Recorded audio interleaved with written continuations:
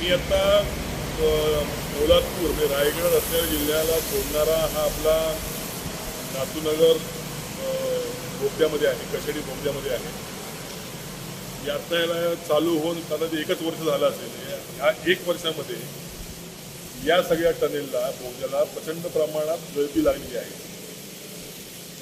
माझ्या माहितीप्रमाणे हे सगळं निकृष्ट दर्जाचं काम आहे आणि ज्या पद्धतीच्या सुरक्षेच्या उपाययोजना करायला पाहिजे त्या केलेलं नाही. त्यामुळे आज ही परिस्थिती या ठिकाणी आपल्याला पाहायला मिळते आहे. मला एक यातनं गोष्ट आपल्याला सांगायची वाटते की मी खेड नगरपालिकेचा नगराध्यक्ष राहिलेला आहे आणि मे महिन्यामध्ये ज्या वेळेला पाणी टंचाई येते तर इथं पूर्णपणे चांगलं पाणी उपलब्ध आहे. प्रशासनाला विनंती आहे की ह्या टनेलमधनं पाईपलाईन करून आमच्या खेडला पाणी न्यावं, अशी परिस्थिती या ठिकाणी आहे. ओएसिस फर्टिलिटीच्या तज्ज्ञांनी IVF उपचार पद्धतीद्वारे 1 लाखांहून अधिक जोडप्यांना मातृत्व प्राप्तीचा आनंद दिला आहे. मोफत अपॉइंटमेंट बुक करण्यासाठी आजच संपर्क साधा.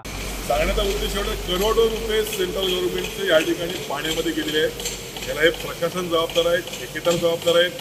यांच्यावरती खातेनिहाय चौकशी होऊन यांच्यावरती गुन्हे दाखल व्हायला पाहिजेत. करोडो रुपयाचा जो भ्रष्टाचार झालेला आहे याच्यावरती आवाज उठवायला पाहिजे या संसदेमध्ये किंवा आत्ताच्या विधानसभेमध्ये. आणि आमच्या कोकणवासियांच्या माती हा जो काही निकृष्ट दर्जाचा हायवे किंवा खराब हायवे त्यांनी हे केलेला आहे, पण चांगला हायवे आणि चांगल्या पद्धतीचे रस्ते, चांगल्या पद्धतीचे टनेल आम्हाला या ठिकाणी हवे आहेत. हे जर मिळालं नाही तर आम्ही कोकणवासीय सगळे या ठिकाणी रस्त्यावरती उतरू, एवढं तुम्हाला या ठिकाणी सांगतो.